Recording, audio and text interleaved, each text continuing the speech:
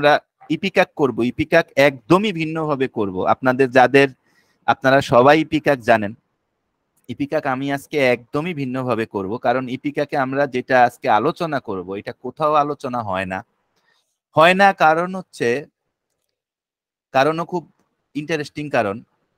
কারণ হচ্ছে যে আসলে এইভাবে এক্সপ্লোর করাটা খুব কষ্টকর। এইভাবে এক্সপ্লোর করাটা, যে কোনো রেমেডি অত্যন্ত কষ্টকর। এত কষ্টের কাজ আসলে তো কে করবে? আপনার জন্য, আমার জন্য কে করবে? করা সম্ভব হয় না। সো যেটা করা হয় সেটা হচ্ছে ওই পুরানো ম্যাটেরিয়া মেডিকা, যেগুলা ধরেন যে মানে ইপিকাক তো প্রুভিং করে দিয়ে গেছেন হ্যানিম্যান সাহেব। এখন ধরেন আহ আহ, আমাদের আর যাতে কোনো কষ্ট করতে না হয় আর কি। এখন আমরা হ্যানিম্যানের পরে কিছু ভালো সিমটম পাইছি এর থেকে, লিপি থেকে কিছু ভালো সিমটম দিয়ে গেছে বনিং হাউসেন। তারপরে আবার প্রুভিং যখন হয়েছে, পিএফএলএন কিছু জিনিস অ্যাড করছে, হেরিং কিছু জিনিস বাইর করছে, ওর উপরেই চলতেছে পুরা ইপিকাকের ম্যাটেরিয়া মেডিকাটা। এক্সকিউজ মি আমার, সো থ্যাংক ইউ। সো পুরা ইপিকাকের ম্যাটেরিয়া মেডিকার ইতিহাসই হয়েছে এইরকম যে ও কিন্তু আমরা কিন্তু এই ফাঁকিবাজি গুলাই করতেইছি। আলহামদুলিল্লাহ মোটামুটি শুরু করে দিছি। তো আমি শুরু করি। সো প্রথম কথা হচ্ছে, যে কোনো এখানে হচ্ছে মানুষের বড় বড় অঙ্গ, মানুষের যেগুলা বড় বড় অঙ্গ, একটা বড় অঙ্গ হচ্ছে লাং। যেহেতু ইপিকাক নিয়ে কথা বলবো অতটুকু নিয়েই থাকি, যে একটা বড় অঙ্গ হচ্ছে লাং, আরেকটা বড় অঙ্গ হচ্ছে তার এই কোলন।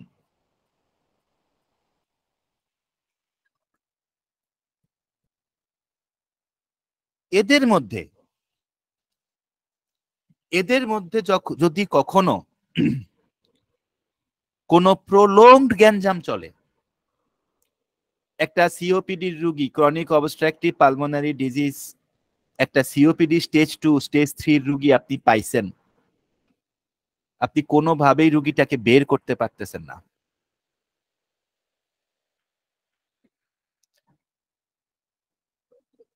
আপনি কোনোভাবেই রুগীটাকে বের করতে পারতেছেন না। রুগী ছিল কিসের? রুগী ছিল ধরেন না ইপিকাকের, সমস্ত সিমটম ম্যাচ করে ইপিকাকের, কাজ করতেছে না। আপনাকে নিজেকে জিজ্ঞাসা করতে হবে কেন কাজ করতেছে না। আমাদের মোস্ট অফ দা কেস কিন্তু ফেল করি আমরা এখানে, যে একটা সময় আইসা ওষুধ কাজ করা বন্ধ করে দেয়।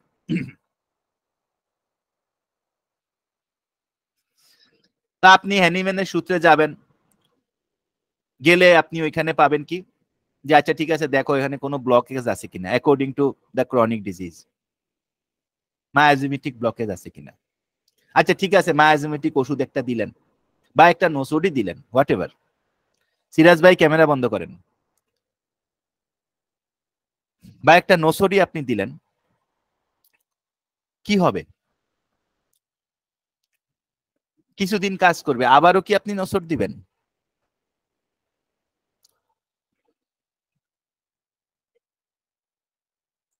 না, সেটা করা যাবে না।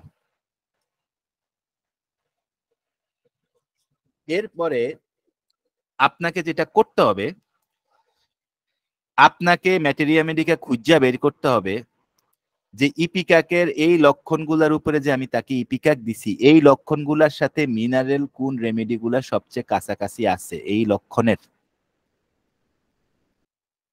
আমাকে অনেকে আইসা বলে স্যার ক্যামোমিলা দিছি, বাচ্চার তো কিছু হয় না, স্টেফিসিগ্রিয়া দেন। এখন ওই বেটার তো দোষ নাই, ওই বেটা তো জানে না যে ক্যামোমিলা স্টেফিসিগ্রিয়া বাচ্চাদের ক্ষেত্রে একই রকম ভাবে কাজ করে।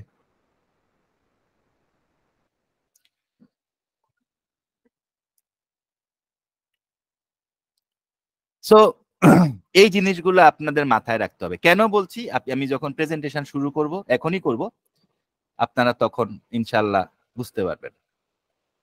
সো আমি প্রেজেন্টেশন শুরু করলাম। প্রথমেই আমরা যেটা করি, আমরা মাইন্ডে দেখি ইপিকাকের মাইন্ড কোনো ম্যাটেরিয়া মেডিকাতে ঠিক মতো নাই, এবং নাই দেখে ইপিকাককে আমরা কনস্টিটিউশনালি ব্যবহার করতে পারি না। কিন্তু ইপিকাকের খুব ভালো কিছু মাইন্ড আছে। ইপিকাক একটা কনস্টিটিউশনাল রেমেডি এবং সুপার প্যাথোলজিক্যাল রেমেডি। সুপার প্যাথোলজিক্যালের মেইন জায়গাগুলো আমি আজকে ধরে দিব, বাকিটা আপনারা ম্যাটেরিয়া থেকে পড়ে নেবেন। কেন্ট পড়লেই হয়, বরিক পড়লেই হয়, বরিকের স্টমাক পড়লেই হয়, বরিকের রেসপাইরেশন পড়লেই হয়, লাঙ্গের যে চ্যাপ্টারটা আছে অতটুকু পড়লেই হয়, ইপিকাক পুরা চলে আসে। তাইলে তো আর আমার কাছে আসার দরকার ছিল না। আমি এখানে কি করব, আমি এখানে যেটা করব, যেগুলা কম দেখা যায় আমি এখানে সেটা করব, যেই সিমটম গুলা আসলে গুরুত্বপূর্ণ, কোন সিমটম গুলা গুরুত্বপূর্ণ ওগুলা দেখায় দেওয়া। সো আমি স্টার্ট করতেছি।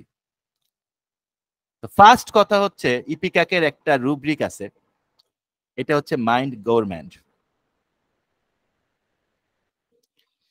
এই গভর্নমেন্ট মানে হচ্ছে যে বেশি খাইতে চায়, যে খাওয়া দেখলে মাথাটা ঠিক থাকে না, যার রুচি বেশি। দেখেন, মাইন্ডের জায়গা থেকে আপনি যখন পড়বেন তখন আপনাকে অনেক কিছু রূপক অর্থে নিতে হবে। তার মানে এটা না যে আপনি মাইন্ড মেথড করতেছেন, মাইন্ড মেথড এখানে কেউ করতেছে না, কিন্তু অর্থগুলাকে আপনার ব্যাপক অর্থে ভাবতে হবে। গভর্নমেন্ট মানে হচ্ছে যে খাইতে চায়, তার যা খাওয়ার রুচি বেশি, মানে যাই পায় তাই খাইতে চায়, খাওয়ার রুচি খুব বেশি। ক্যালকেরিয়া কার্ভ আছে এইখানে, এই এই রুব্রিকে আরো আছে 5-7টা মেডিসিন সম্ভবত আছে, খুবই ইম্পর্টেন্ট রুব্রিক ক্যালকেরিয়া কার্ভের জন্য, ইপিকাকের জন্য। তার মানে হচ্ছে তার রুচি বেশি। রুচি বেশি কাদের? এবার একটু ধর্মের দিকে আসেন। যে কোনো ধর্ম, হিন্দু ধর্ম, ইসলাম ধর্ম, বুদ্ধ ধর্ম, খ্রিস্টান ধর্ম, যে কোনো ধর্মের দিকে আসেন, কি বলা হয়েছে? তোমরা খাও কম। ইসলাম ধর্মে বলা হয়েছে পেটের 3 ভাগের মধ্যে 1 ভাগ রাইখা দাও খালি। কেন বলা হয়েছে? রোজার বিধান দেওয়া হয়েছে, হিন্দুদেরও উপবাসের বিধান আছে। কেন বলা হয়েছে? কারণ আমরা আমাদের আত্মাকে যত বেশি দিব তত বেশি আমাদের আত্মা পাইতে চাইবে। এটা হচ্ছে আমাদের আত্মার নিয়ম। এই কারণে ধর্মগুলা বলছে যে না, তুমি তোমার আত্মাকে তোমার ক্ষুধা দিয়া কন্ট্রোল করো। তুমি 30 দিন রোজা রাখো। 30 দিন রোজা রাখাও হয় না, এবার কইছে সপ্তাহে 2 দিন করে রোজা রাখো, তাতেও খুশি হয় না। তারপরে কইছে মাসের মধ্যে 15 দিনে 13, 14, 15 রোজা রাখো। কারণ তুমি কম খাও। তোমার বাসনা শুকায়া যাক, তোমার অভিলাষ শুকায়া যাক, তোমার বিলাস শুকায়া যাক। তুমি নেহারি দিয়া রুটি পরোটা খাইবা, সকালবেলা বিকালবেলা খাইবা গরুর মাংস দিয়া ভাত, না, তুমি কম খাও। তুমি তোমার আত্মাকে কন্ট্রোলে রাখো, তুমি কন্ট্রোল করতে শিখো। এই গভর্নমেন্ট আলারা যারা আছে এরা কন্ট্রোল করতে শিখে না। ইনফ্যাক্ট ওইটাই না, আপনি দেখবেন একটা প্রচলিত কথা আছে, ডাক্তারদের মুখে বেশি শোনা যায়, অ্যালোপ্যাথিক ডাক্তারদের মুখে বেশি শোনা যায়। কি বলে এখনকার ডায়েটের ডাক্তাররা? যেই জিনিস আপনার খাইতে বেশি ভালো লাগে ওই জিনিসগুলো এড়াইয়া চলবেন।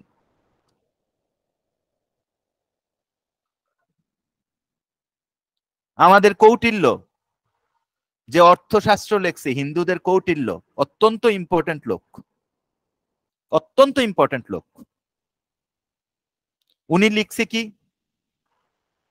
যে কোনো কিছু বেশি হচ্ছে বিষ।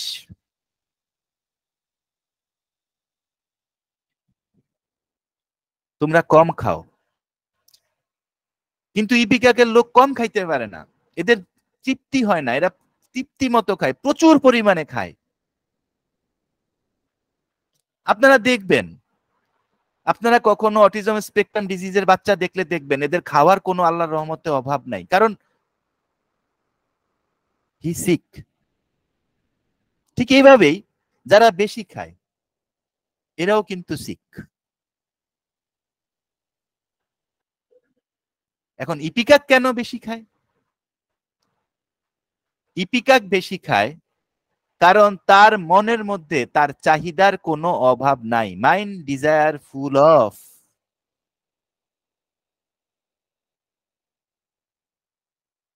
এখন আপনি বললেন যে চাহিদার অভাব নাই, চাহিদার অভাব নাই মানে কি স্যার? চাহিদার অভাব নাই মানে হচ্ছে যে চাহিদার তো অভাব নাই নাই, ইনফ্যাক্ট ওই বেটা জানেও না যে আসলে তার চাহিদা কি কি। কারণ কি, আমি দেখতেছি ইপিকাকের মধ্যে আছে মাইন্ড ডিজায়ার ইনডিফিনিট, মানে সে যে আসলে কি চায় এটাই জানে না। কিন্তু দেখেন যে সে কিন্তু সবকিছু চায়, মাইন্ড ডিজায়ার ভেরিয়াস থিংস। এখন তুমি ভেরিয়াস থিংস চাও, তুমি সবকিছু চাও, তুমি আমাকে বলো তুমি কি চাও, তুমি আমাকে বলো যে তুমি কি চাও। না, আমি বলতে পারবো না, আমি বলতে পারবো না, কারণ আমি জানি না আমি কি চাই। রুব্রিক আসছে মাইন্ড ডিজায়ার ইনএক্সপ্রেসিবল ফুল অফ। আমি যে কি চাই এটা তো আমি এক্সপ্রেসই করতে পারি না, আমি ঘোড়ার ডিম আপনারে বলবো কিভাবে?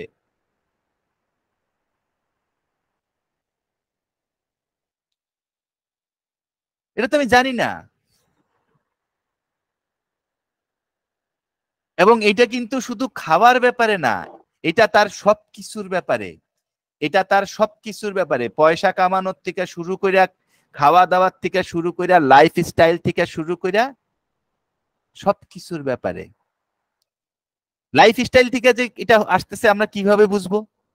আমি তো বাজে কথাও বলতে পারি,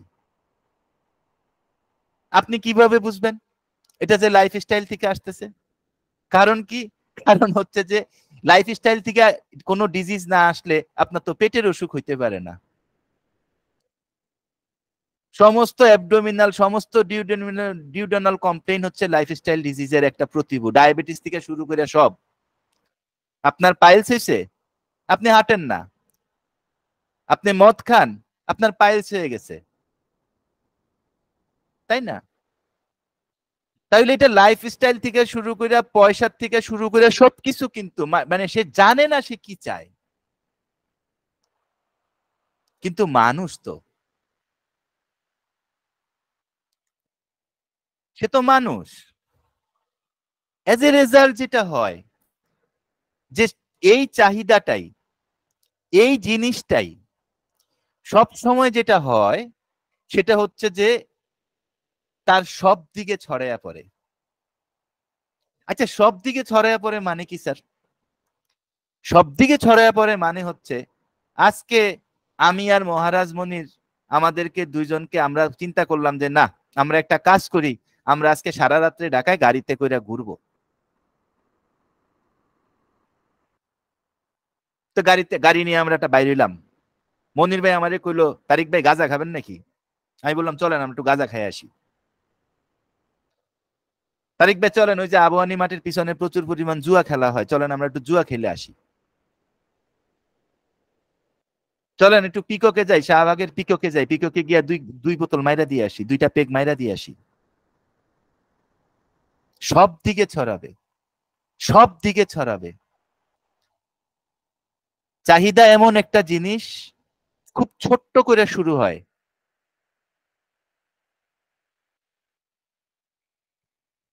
চাহিদা এমন একটা জিনিস খুব ছোট্ট করে শুরু হয়, কিন্তু খুব বড় হইয়া শেষ হয়। এবং যখন বড় হইতে শুরু করে তখনই ওই ইনএক্সপ্রেসিবল কথাটা চলে আসে, আমি জানি না আমি কি চাই।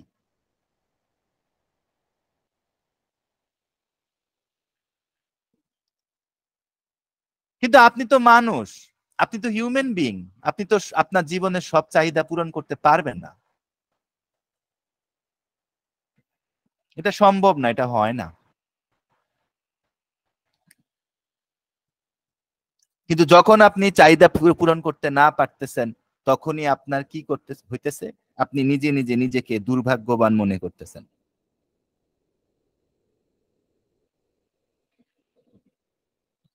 ফিলস আনফরচুনেট, প্রথম আনফরচুনেট ফিল করা শুরু করে।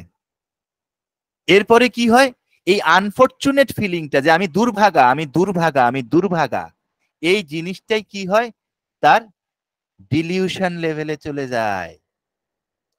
যখন ডিলিউশন লেভেলে চলে যায়, ডিলিউশন লেভেলে চলে যাওয়া মানে কি, mind unfortunate he is and delusion unfortunate he is. What is the basic difference of these two things? Dilution লেভেলে যখন চলে যায়, লেট মি টেল ইউ, আজকে আমি আজকের একটা কেস বলি, তাইলে আপনি বুঝবেন ডিলিউশন লেভেলে কি। সো কি হইছে, মহিলা থাকেন হচ্ছে মুগদা পাড়া না কোথায়, মহিলা যাচ্ছিলেন, যাওয়ার পথে উনাকে ছিনতাইকারী টান দিছে, এজ এ রেজাল্ট উনি রিক্সা থেকে পড়ে গেছে।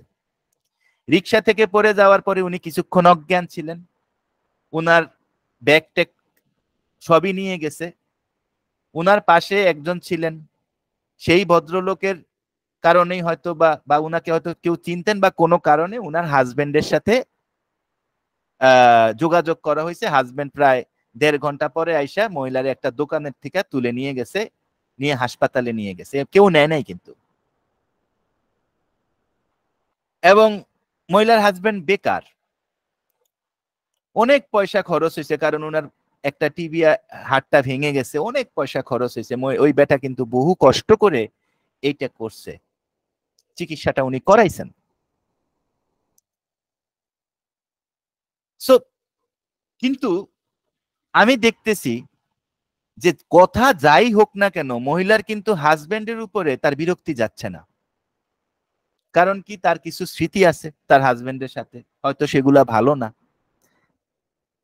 দেখেন ওই যে হাজবেন্ডের সাথে তার কিছু বাজে স্মৃতি আছে। এই হাজবেন্ডই যে তার 2টা বোনকে পড়াশোনা করাইছে, এই হাজবেন্ডই যে তাদের ফিনান্সিয়াল অবস্থা ভালো না দেখে তার বাবার যৌতুক দেওয়ার কথা থাকলেও দিতে দেয় নাই, মহিলার বাবাকে দিতে দেয় নাই, এগুলা কিন্তু মহিলা কিছুদিনের জন্য ভুলে গেছেন। তার কাছে কিন্তু মনে হইতেছে এখনো যে আমার হাজবেন্ড কারেক্ট লোক না, he is not a correct man for me. যাই হইতেছে, ডিলিউশন কিন্তু তাকে ওইটা করতে দিতেছে না। কারণ ডিলিউশন যখন হয়, কারণ মন তো বডিকে কন্ট্রোল করে। যখন ডিলিউশন শুরু হয়েছে এবং ডিলিউশন যখন হয়ে গেছে, এবং ডিলিউশন যখন হবে, ডিলিউশনের পরে ওটা চলে যাবে ফিক্সড আইডিয়াতে। আপনারা দেখবেন যে 20 বছরের সংসার 19 বছর 9 মাস ধরেই হাজবেন্ড ওয়াইফ ঝগড়া করতেছে। কারণ কি, হয়তো ওয়াইফ হাজবেন্ডের একটা দোষ খুঁজে পাইছে, সেই দোষটার থেকে সে একটা মেন্টাল একটা ডিলিউসিভ একটা ডিসিশন নিছে তার হাজবেন্ডের ব্যাপারে, তার একটা ডিলিউশন শুরু হয়েছে, তারপরে সেটা ফিক্সড আইডিয়াতে কনভার্ট হয়ে গেছে। এখন কিন্তু ওই বেটার সব দোষ। তো ডিলিউশন কিন্তু এইভাবে কন্ট্রোল করে। ডিলিউশনের ডিলিউশন এর এগেইনস্টে আমরা মেডিসিন পর্যন্ত সিলেক্ট করে ফেলি, একটা ডিলিউশনে একটা মেডিসিন সিলেক্ট হয়ে যাবে।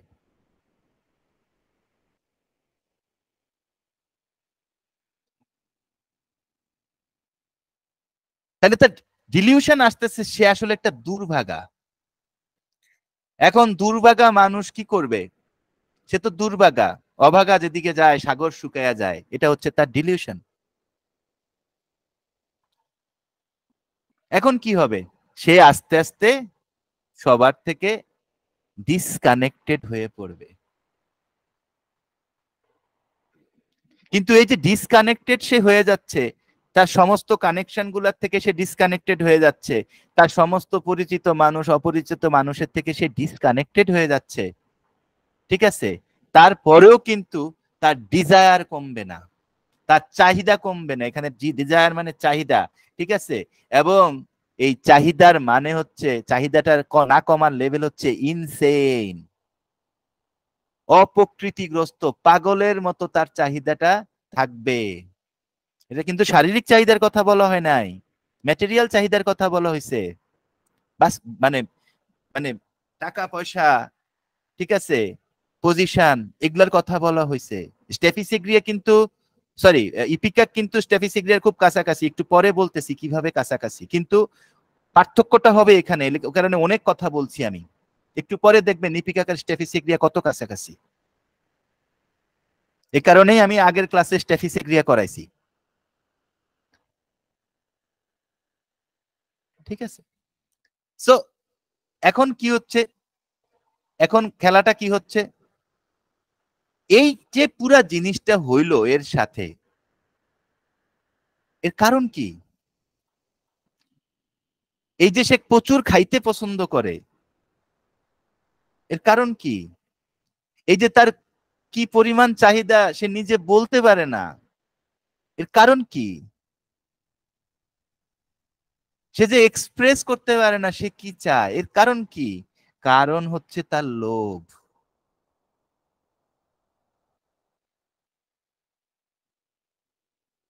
অত্যন্ত লোভী রেমেডি এই এই পিকাক, অত্যন্ত লোভী রেমেডি। কারো প্রশ্ন থাকলে আমাকে প্রশ্নগুলা করবেন, না বুঝা যাবেন না, ভিডিও তো পরে পাবেন, কিন্তু তখন তো আর আমারে প্রশ্ন করতে পারবেন না। অত্যন্ত লোভী রেমেডি এই ইপিকাক, মাইন্ড গ্রিড কিউপিডিটি, অত্যন্ত লোভী রেমেডি।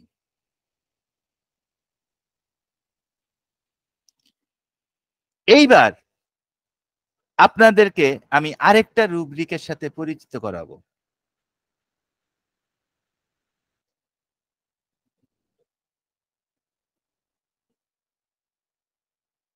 দেখেন, রুব্রিকটা হচ্ছে mind impatience pregnancy in.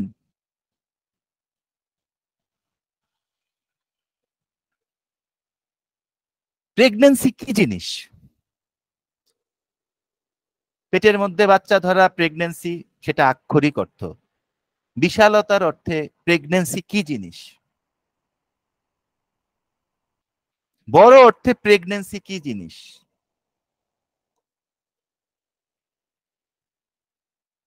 What is the bigger meaning of pregnancy?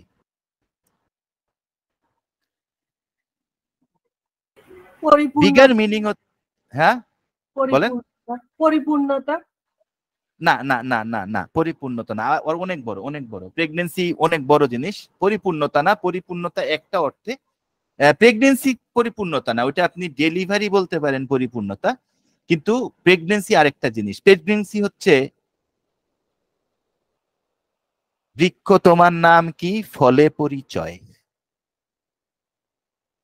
Pregnancy হচ্ছে মেয়েদের ওই ইউটেরাসটাকে, ওই দুইটা ওভারিকে আমরা কি বলি, রিপ্রোডাক্টিভ অর্গান।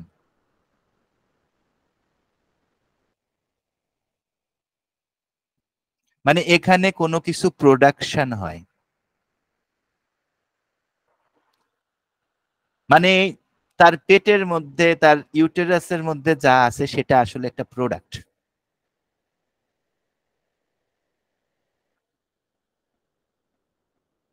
সেটার একটা অর্থ আছে, এবং প্রোডাক্ট তো অবশ্যই, কারণ এটার অর্থ বাবা মার কাছে তো আমাদের প্রত্যেকের সন্তানই আমাদের কাছে অত্যন্ত গুরুত্বপূর্ণ। এটার বড় মিনিং হচ্ছে যে আপনি অনেক কষ্ট করে আপনি একটা কাজ করতেছেন, একটা অনেক প্রোডাক্টিভ কোনো একটা রেজাল্ট পাওয়ার জন্য। মাইন্ড রুব্রিকে প্রেগনেন্সির অর্থ মূলত এটা।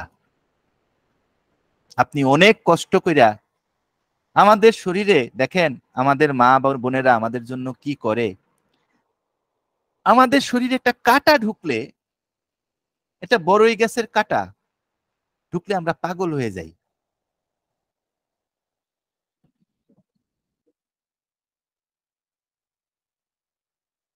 তাই না? একটা নর্মাল বেবি মায়ের পেটের থেকে বাইরে হওয়ার সময় যদি সেটা 2 কেজি 700 গ্রামের কম হয়, তাহলে কিন্তু আমরা বলি বাচ্চাটা একটু কি হয়েছে, ইম্যাচিউর হয়েছে। একটা মা আড়াই মানে প্রায় 3 কেজির কাছাকাছি একটা ওজন নিয়ে 9 মাস ধরে অপেক্ষা করে যে কখন আমার সন্তানটা বেরোবে। এটা তার কাছে তার সবচেয়ে বড় প্রোডাক্ট। এটা তার কাছে তার পরিচয়। ওদিকে আমরা ছেলেরা কিন্তু গায়ের মধ্যে কাঁটা ঢুকলে আমাকে মাথা নষ্ট হয়ে যায়।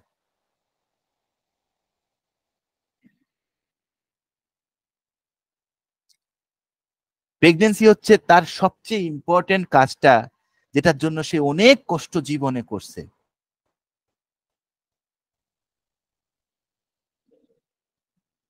মাইন্ড ইমপেশেন্স প্রেগনেন্সি ডিউরিং, তার মানে হচ্ছে যে সে যে এত কষ্ট করতেছে এই কাজটার জন্য, এই সময় কি হয়েছে, তার ধৈর্যচ্যুতি ঘটতেছে। প্রেগনেন্সি শুধু প্রেগনেন্সি না, আপনি যদি বিসিএস দেন, আপনি যদি প্রচন্ড কষ্ট করেন, তাহলে ওইটাই আপনার জন্য প্রেগনেন্সির সমান।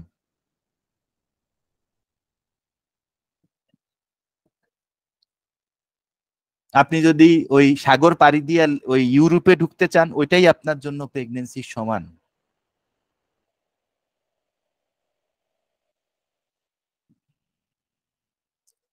এখন এই যে এত বড় জিনিসের মধ্যে তার ইমপেশেন্স কেন? কারণ হচ্ছে এইটা কবে হবে এবং কবে আমি ফল ভোগ করব। প্রত্যেকটা জিনিসের কারণ আছে হোমিওপ্যাথিতে, হোমিওপ্যাথিতে প্রত্যেকটা জিনিসের কারণ আছে।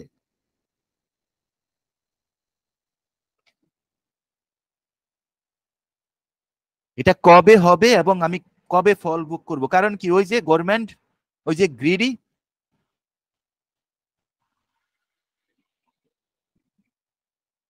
এই কারণে সে ইমপেশেন্স। এবং এই ইমপেশেন্স হইতে হইতে সে একটা পর্যায়ে, ওই যে বলছিলাম, সে খিটখিটে হয়ে উঠে, ইরিটেবল হয়ে উঠে। এবং